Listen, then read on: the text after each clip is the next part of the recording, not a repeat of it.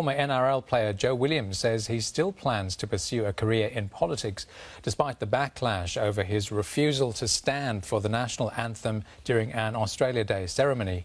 He says while he's received overwhelming support for his decision to remain seated, he's still facing criticism.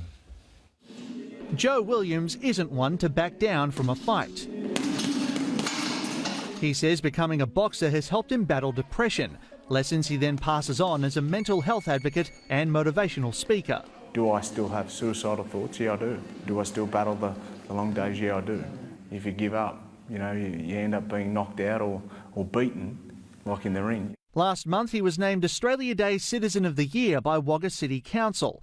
A proud Wiradjuri man, Joe used the ceremony to describe the heartache Indigenous people feel about Australia Day and sparked controversy by refusing to stand for the national anthem. I had comment from a lady whose son I talked away from suicide 2 years ago, saying that I'm disrespectful. I didn't try and divide the community, I merely raised awareness of how Aboriginal people feel. Do you think we're not supposed to feel like this? Local councillor Paul Fennell says while he understands Joe's reasoning, his actions were divisive and he should return the award. If we're going to move towards reconciliation and stop racism, if one side of the debate isn't going to respect the other side of the debate by a simple thing such as standing up for the national anthem, we're off to a bad start already. Joe Williams' standoff with a Wagga councillor hasn't deterred his plans to run in the city's upcoming council elections. But how does the public feel about his refusal to stand for the Australian national anthem?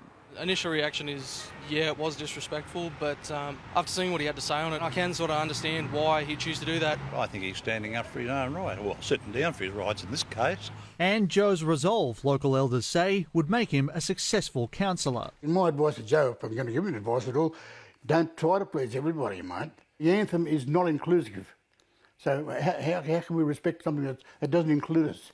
If Joe decides not to stand for the national anthem, that draws attention to the fact that we have a problem. I think he would go extremely well. I encourage him to continue his work and to continue speaking up, because if he doesn't, the problems are going to continue. A fight that's still got quite a few rounds to go.